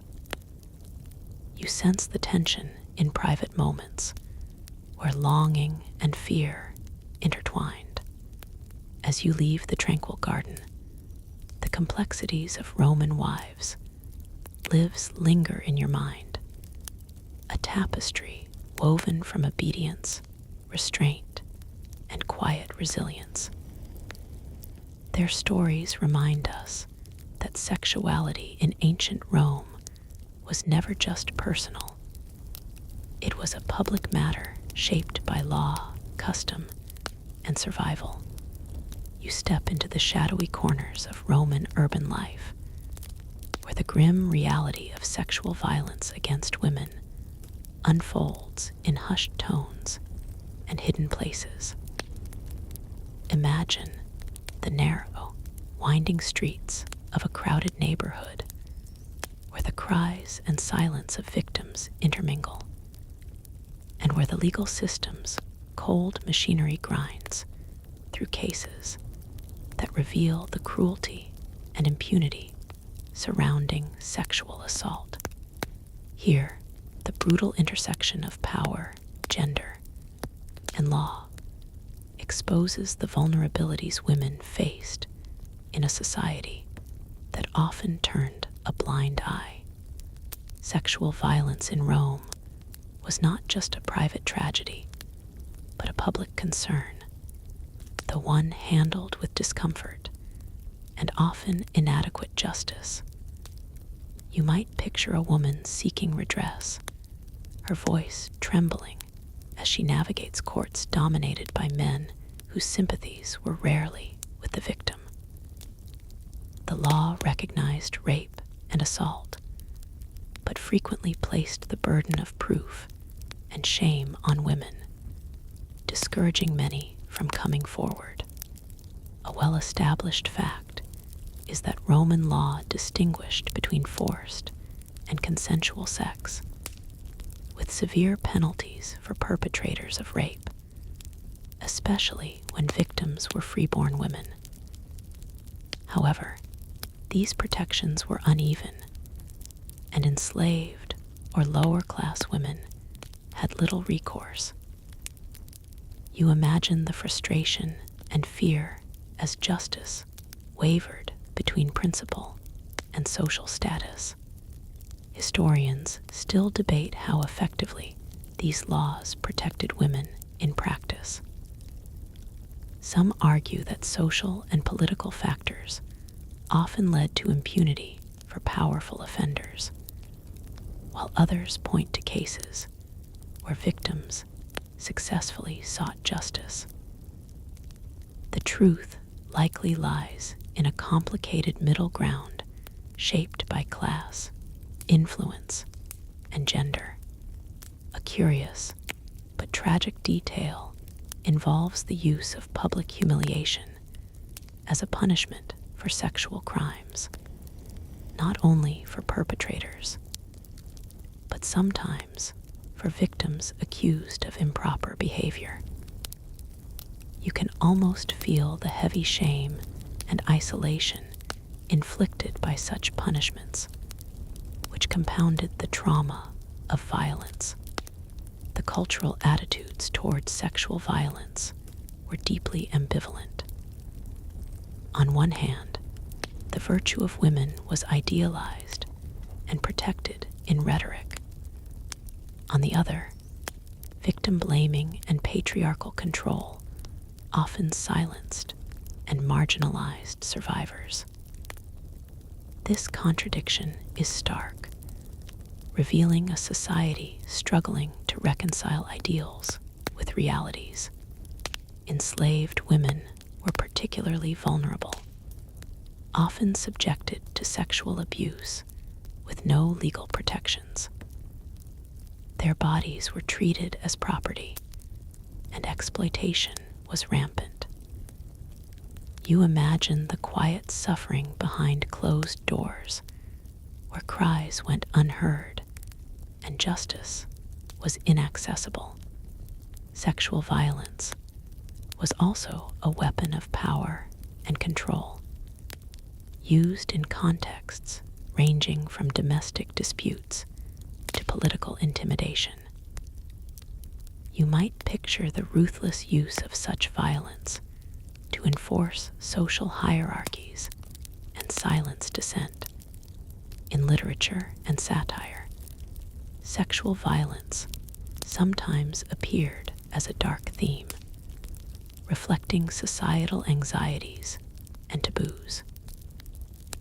These portrayals ranged from cautionary tales to cynical commentary, underscoring the complex role of violence in sexual politics. Religious and ritual contexts sometimes intersected with violence, complicating moral and social boundaries. Certain myths and ceremonies featured acts of sexual aggression, framed as divine or fated, blurring lines between transgression and sanctity.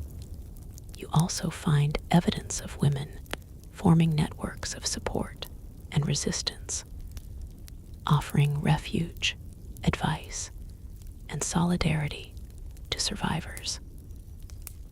These communal bonds provided rare spaces of empowerment in a hostile environment. Legal reforms over time aimed to address some abuses, but enforcement remained inconsistent.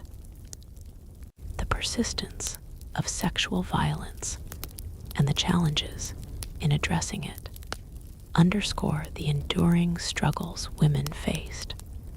As you leave the shadowed alleys behind, the weight of these stories presses gently on your mind, a somber reminder that the cruelty embedded in sexual customs was not just theoretical, but lived, endured, and resisted. It's a call to remember the resilience of women who faced violence in a world that often refused to protect them. You find yourself drifting into the world of Roman religion, where the sacred and the sexual intertwine in ways that shape women's roles and identities across the empire. Imagine entering a marble temple, its pillars bathed in golden sunlight, the scent of incense curling through the air as priestesses prepare for rituals that both empower and constrain. Here, religion acts as both a refuge and a form of control, weaving sexual purity into the fabric of female virtue and societal expectation. In Rome, the concept of sexual purity was not merely personal, but deeply spiritual. Female chastity was often tied to religious duty, especially for priestesses and matrony involved in rites designed to protect the city and ensure fertility.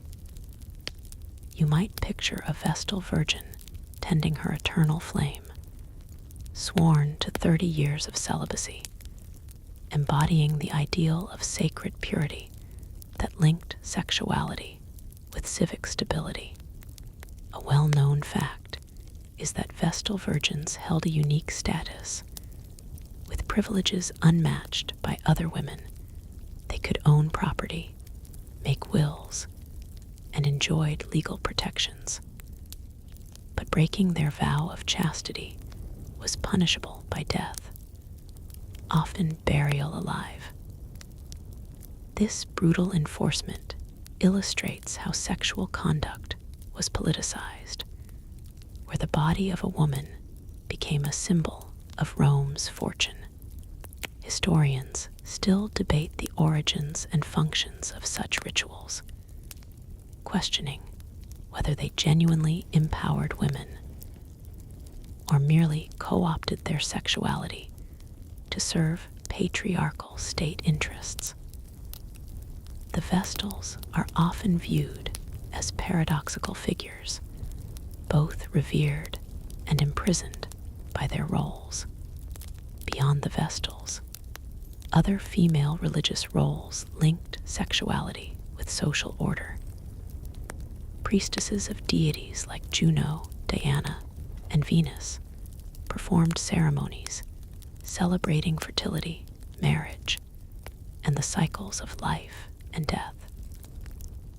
You might imagine colorful festivals where the line between sacred and profane blurred, and where women's bodies became vessels of divine power and social messaging. A quirky detail appears in the rituals involving purification, where women were required to cleanse themselves after menstruation or childbirth to regain ritual purity. These practices reveal ancient beliefs about the intersection of sexuality, cleanliness, and spirituality. The sensory experience, water, herbs, chants, would have been immersive and deeply symbolic. Religious festivals also provided rare public spaces where women could express aspects of their sexuality more openly within prescribed boundaries. For instance, the festival of Bonadi was women only, involving secret rites that celebrated female fertility and community. You can almost hear the laughter and song, a brief release from the constraints of daily life. The sacred ideal of sexual purity coexisted uneasily with widespread sexual practices. While priestesses remained chaste, the rest of society accepted male sexual license and tolerated various sexual customs. This contradiction highlights the tension between ideology and reality, a dynamic that historians still explore. Women's participation in religion also offered avenues for influence and networking. Through temple patronage and cult affiliations, women, especially elite matrons, could assert social status and political power. You might picture a wealthy woman funding temple repairs, securing alliances, and shaping community life under the guise of piety. At the same time, religious narratives often reinforced gender norms. Myths portraying goddesses emphasized virtues like fidelity, modesty, and fertility, serving as moral exemplars for mortal women. Yet, some myths also featured rebellious or sexually autonomous female figures, complicating simple interpretations. The rituals and beliefs surrounding female sexuality in Roman religion are a rich tapestry of control and agency, fear and reverence, constraint and celebration. They remind us that sexuality was never just private, but always woven into the sacred and social realms. As you step out of the temple's cool shadows, the interplay of divine power and human desire lingers softly, inviting you to consider how ancient beliefs continue to echo in the ways societies regulate and honor women's bodies. You wander now into the grand households and shadowed corridors of power, where Roman matrons exercise influence that often defies the constraints imposed by law and custom. Picture an elegant villa, its walls lined with frescoes depicting gods and ancestors, where a matron presides over family affairs with quiet authority, weaving networks of loyalty and control that ripple through the political and social fabric of the empire. Her sexuality, though tightly regulated, becomes one of many tools she employs in navigating the male-dominated world. Roman matrons occupied a paradoxical position. Publicly, they were expected to embody modesty, chastity, and obedience, acting as the moral anchors of their households. Yet behind the scenes, many wielded significant influence over their husbands, sons, and political allies. You might imagine a matron at a lavish banquet, her subtle glances and whispered words directing alliances and shaping decisions with a deftness that belies her constrained public role. One well-documented fact is that matrons often controlled household finances, managed property, and supervised slaves, giving them substantial economic power. This domestic authority translated into political clout, especially in elite families where marriages were key to forging alliances. You can almost hear the rustle of silk and the murmur of strategy sessions held in private chambers. Historians still debate the extent to which matrons exercised genuine political power versus symbolic influence. While some argue that their roles were limited to the private sphere, others point to numerous examples where women actively shaped imperial policies or swayed emperors. The truth likely varies with personality, class, and circumstance. A quirky detail lies in the use of portraiture and fashion as expressions of status and subtle assertion of power. Elaborate hairstyles, jewelry, and clothing were not mere vanity, but signals of a woman's family connections, wealth, and political allegiance. You might picture a matron's reflection in a polished mirror, adjusting a carefully arranged coiffure designed to impress both allies and rivals. Matrons also used their sexuality as a form of soft power through patronage, friendship, or influence over male relatives. Their ability to cultivate favorable marriages or extramarital liaisons was a nuanced form of agency, often conducted behind closed doors. You sense the complex dance of desire and duty, where personal relationships had political consequences. Religious involvement further expanded their influence. Many elite women sponsored temples, led cults, or participated in public ceremonies, intertwining piety with social prestige. These religious roles offered public platforms for women to assert authority, albeit within prescribed boundaries. Yet the risks of overreach were real. Powerful matrons who transgressed social norms faced public censure, exile, or worse. Historical figures like Agrippina the Younger illustrate the thin line between influence and infamy. Historians still argue whether her reputation reflects reality or later propaganda aimed at undermining female power. Marriage and motherhood remained central to a matron's identity. Bearing legitimate heirs secured family legacies, while managing domestic harmony was crucial for political stability. The pressure to conform coexisted with the need to exert influence, creating ongoing tension in women's lives.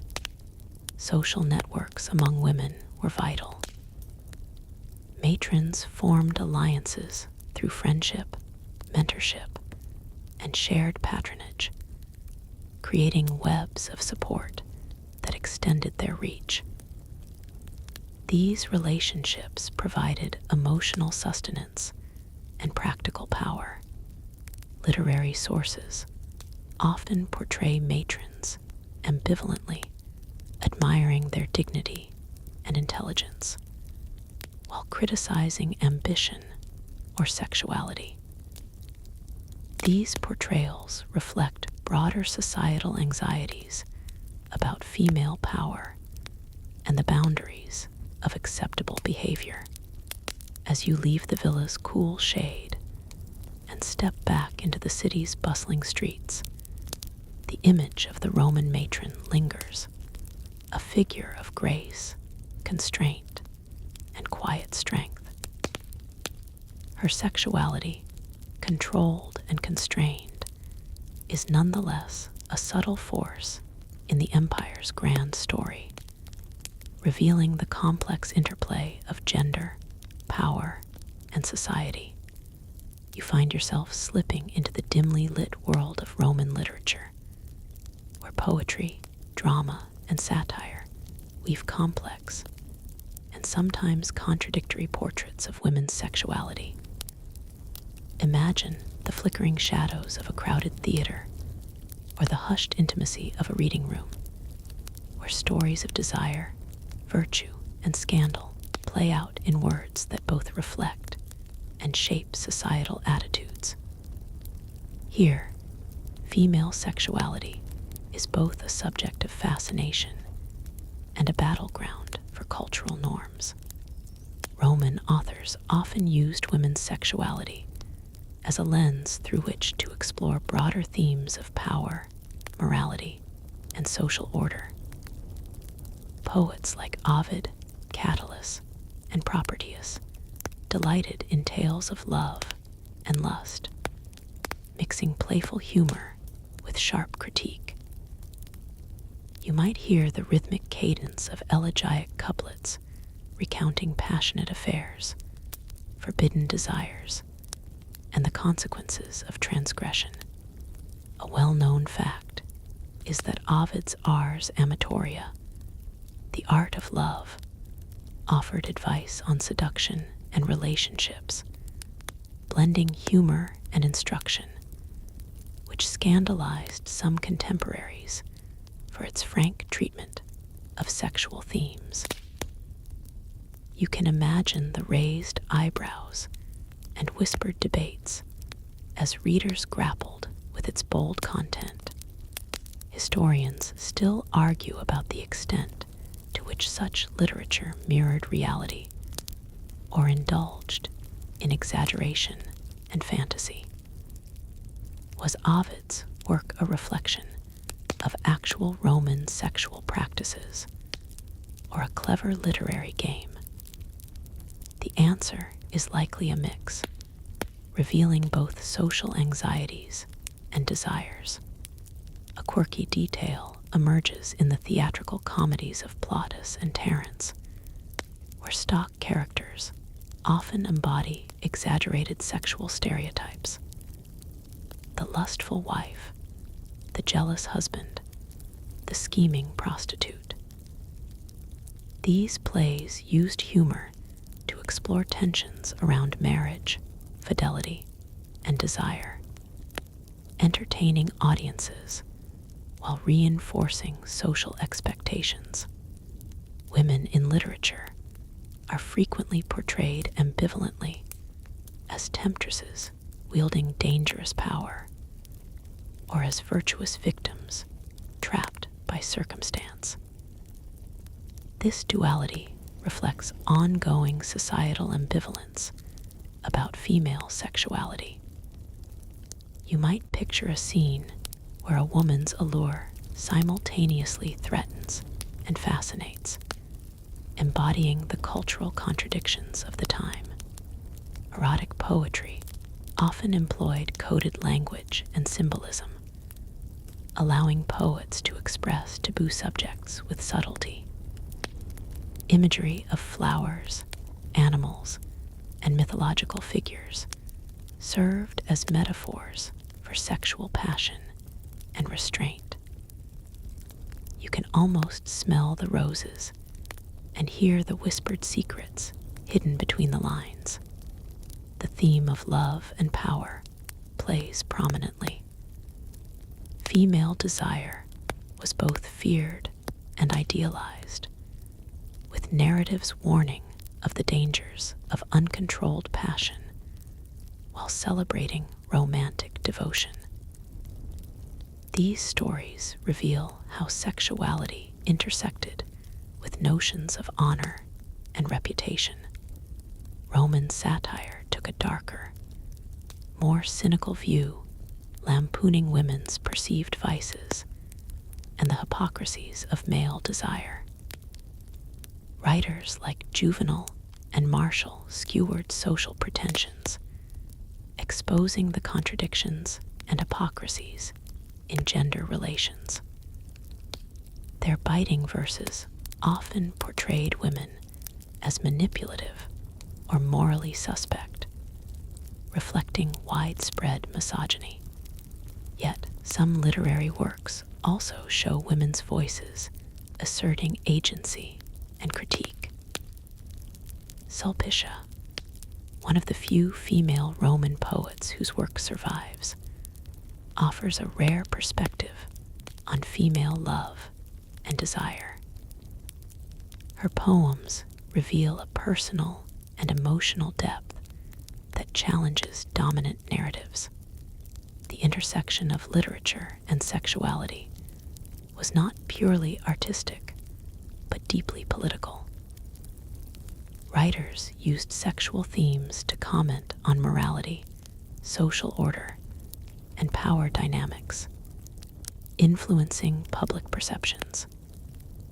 You might imagine audiences reacting with laughter, shock, or contemplation as these stories shaped cultural attitudes. Literary depictions also served as cautionary tales or moral instruction, reinforcing ideals of chastity, fidelity, and appropriate behavior, while warning against excess and vice. These narratives contributed to the broader cultural framework controlling women's sexuality. As you step away from the pages and stages, the multifaceted portrayals of women's sexuality in Roman literature resonate, a complex mix of admiration, fear, humor, and control. They remind us that stories are powerful tools in shaping how societies understand desire and gender. You now move into the harsher realities of Roman life, where the brutal experiences of enslaved women expose the darkest intersections of sexuality, power, and property. Picture a crowded, noisy household or a bustling marketplace where enslaved women are bought, sold, and exploited with little regard for their humanity. Their bodies were commodities in a system that stripped them of rights and subjected them to relentless control, especially sexual exploitation. Slavery in Rome was widespread and integral to the economy and society. Enslaved women performed varied roles from household servants and artisans to laborers. But one grim truth remained constant. They were vulnerable to sexual abuse by masters, overseers, and even other slaves. You might imagine the silent endurance behind forced submission, the hidden wounds that history often overlooks. One well-documented fact is that enslaved women had no legal protection against rape or sexual coercion. Their bodies belonged to their owners, who could use or dispose of them as they pleased. This lack of agency reflects the absolute control embedded in the institution of slavery. Historians still debate how enslaved women resisted or negotiated this exploitation. Some evidence suggests subtle forms of agency, such as forming relationships with fellow slaves or patrons. But the overwhelming reality was one of oppression and violence. A striking detail comes from graffiti and personal letters, which sometimes reveal the humanity and resilience of enslaved women. Expressions of hope, sorrow, or coded messages hinting at resistance. These fragments offer rare glimpses into lives often erased by history. The sexual exploitation of enslaved women was not only a personal tragedy, but also an economic asset to owners who profited from the offspring of enslaved mothers. Children born to enslaved women were themselves enslaved, perpetuating the system. You sense the cruel cycle that bound generations. Sexual violence served to reinforce social hierarchies, emphasizing the powerlessness of enslaved women and the absolute authority of masters. It was both a tool of domination and a reminder of social status. The humiliation and trauma inflicted had profound psychological and physical effects. Some enslaved women gained limited privileges or improved conditions through favored status or relationships with their owners, including bearing children or acting as trusted servants. Yet these situations were fraught with complexity, blending coercion with survival strategies. Religious practices sometimes provided spaces for enslaved women to seek solace or community, participating in cults or festivals that offered temporary respite from harsh realities. You might imagine secret prayers whispered in the shadows, a fragile hope amid suffering. Legal attempts to regulate aspects of slavery, such as manumission or treatment of slaves, had limited impact on sexual exploitation. The law largely upheld owners' rights, with few protections for enslaved women's dignity or well-being. Literary and historical sources often gloss over or euphemize the sexual abuse of enslaved women, reflecting societal discomfort and the marginalization of their experiences. This silence compounds the difficulty of fully understanding their lives. Yet, amidst this darkness, stories of resistance persist. Enslaved women escaped, revolted, or used cunning to assert some control over their lives. These acts of defiance, though risky, testify to enduring human resilience. As you leave this grim chapter behind, the weight of these stories presses gently on your heart, a somber reminder of the cruelty entwined with sexual customs and the strength of those who endured and resisted in silence. You find yourself navigating the complex world of Roman law, where women's rights and sexual freedoms were entangled in a web of statutes, customs, and social expectations. Imagine a bustling forum, its marble steps crowded with citizens debating cases, where women, often silent players, stood at the crossroads of legal battles that could shape their lives and bodies. Here, law served as both shield and sword, reinforcing control, while occasionally offering avenues for resistance. Roman law was deeply patriarchal, with male heads of households holding authority over women's legal and personal affairs. Wives, daughters, and even freedwomen operated under systems that limited their autonomy, particularly concerning marriage, property, and sexual conduct. You might picture a woman standing before a magistrate, her fate hinged on interpretations of modesty, consent, and family honor. One mainstream fact is that adultery was criminalized for women under laws like Augustus's asterisk, Lex Julia Dudultieris, Corsendi's asterisk, which imposed severe penalties, including exile and loss of dowry.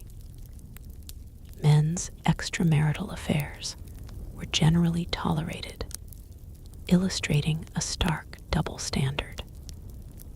These laws sought to control female sexuality in service of social order and lineage.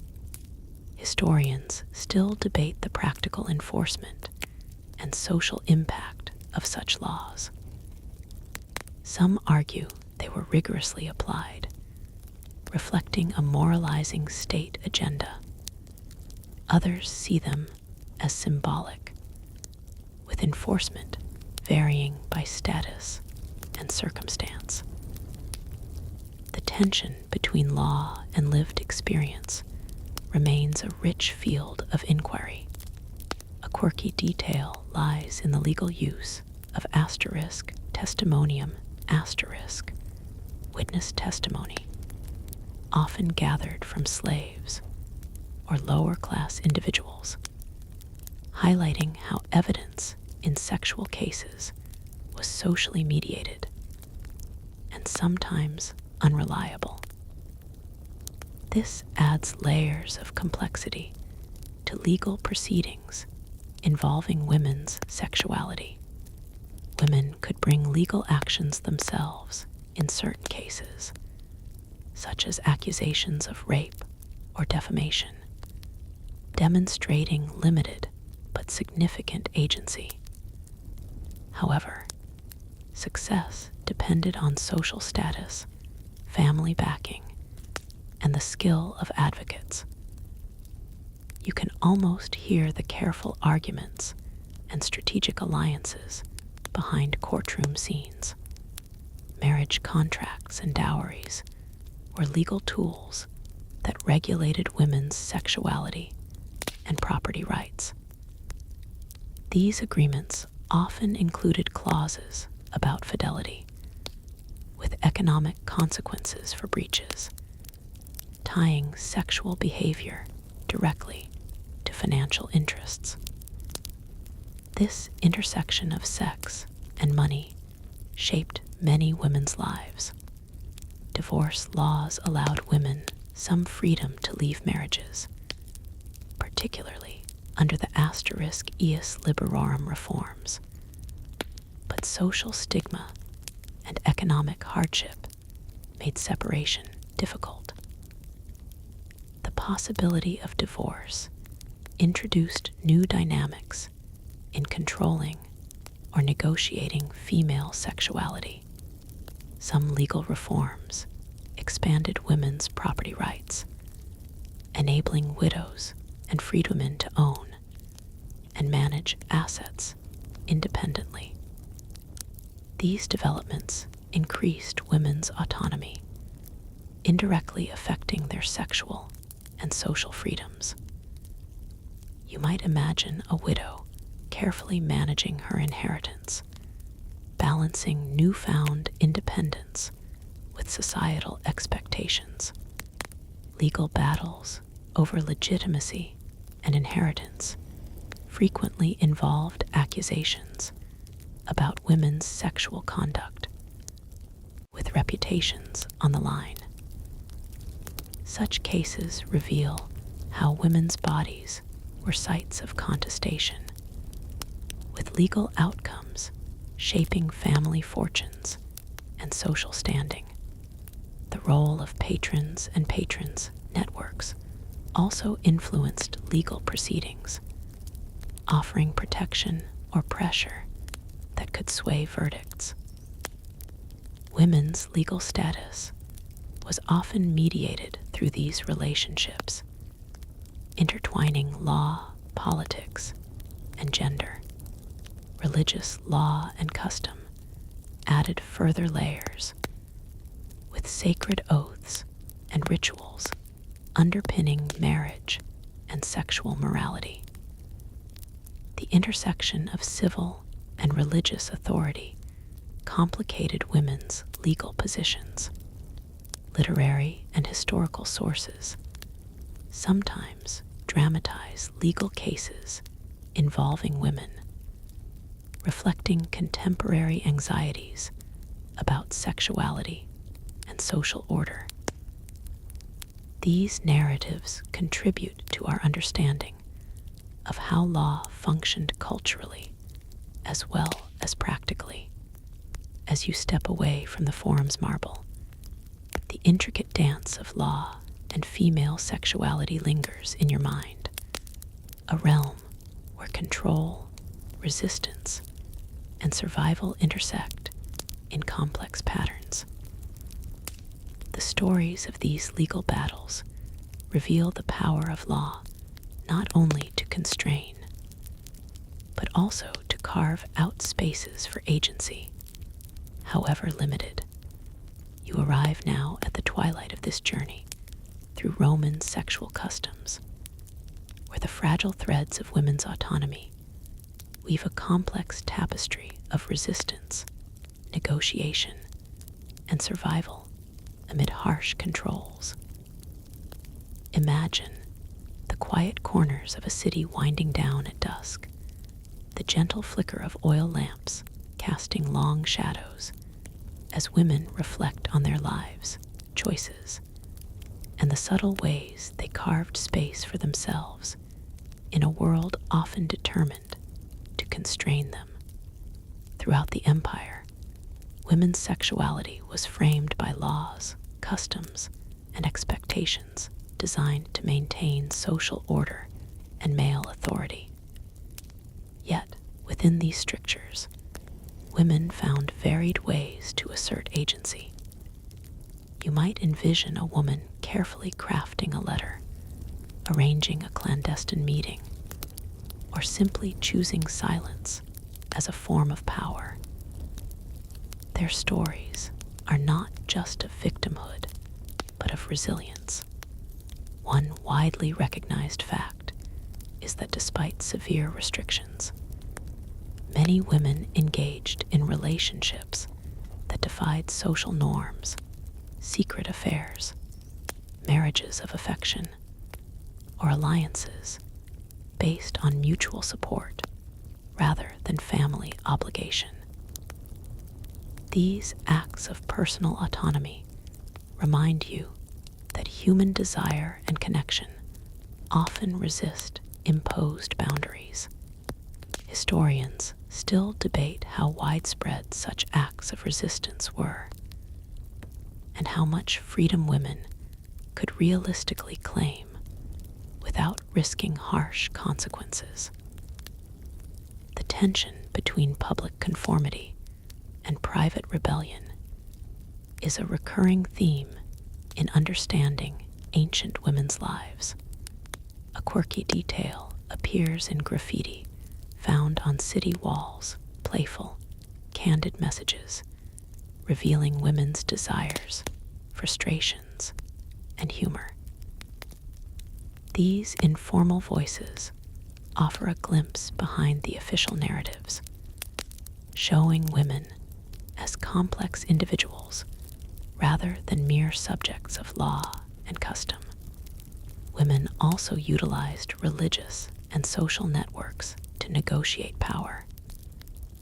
Patronage relationships, participation in cults, and friendships created channels through which women influenced decisions and protected interests.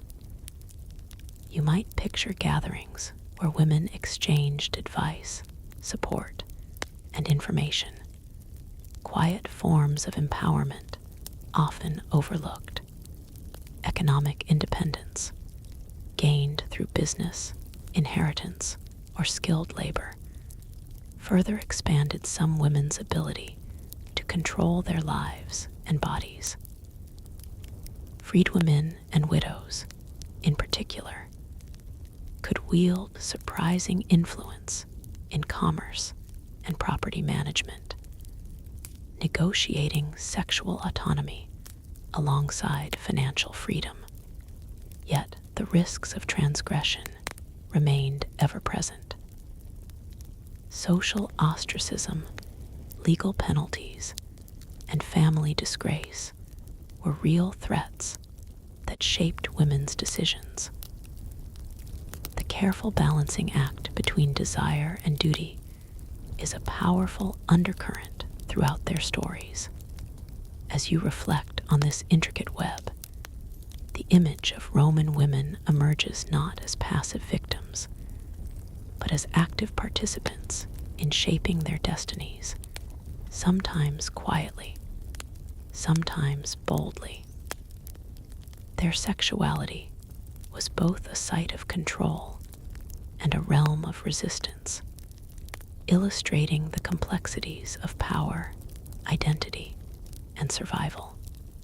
Now, as the city settles into night, allow your thoughts to drift gently over these stories of constraint and courage, loss and love.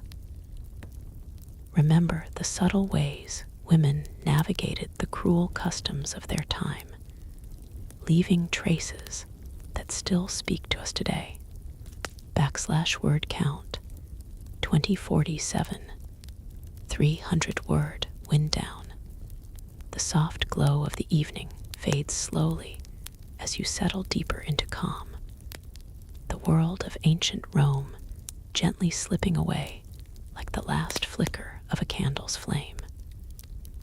The stories you've heard tonight, woven with threads of hardship, resilience, and subtle rebellion, linger softly, inviting quiet reflection. Imagine yourself breathing in the cool night air, the distant murmur of the city hushed now, replaced by the soothing rhythm of your own heartbeat. Remember that beneath the harsh laws and social strictures, women's lives were rich with complexity and quiet strength. Their struggles and small victories echo across time, reminding us that even in worlds of cruelty and constraint, the human spirit finds ways to endure and gently resist. Let these images soften into the background of your mind, like a lullaby sung by voices long gone but not forgotten. As your thoughts slow, feel the weight of the day lift, replaced by a gentle ease. The shadows of history fade into a peaceful night, where stories of the past become gentle companions, guiding you toward rest. Allow your mind to float on this quiet current, letting go of tension and worry, embracing the calm that grows with each breath. Now, as you drift toward sleep, carry with you the quiet courage of those who lived before, women whose lives remind us that even in the darkest customs, there are sparks of hope and resilience. May your dreams be soft, your rest deep, and your awakening gentle. Sweet dreams.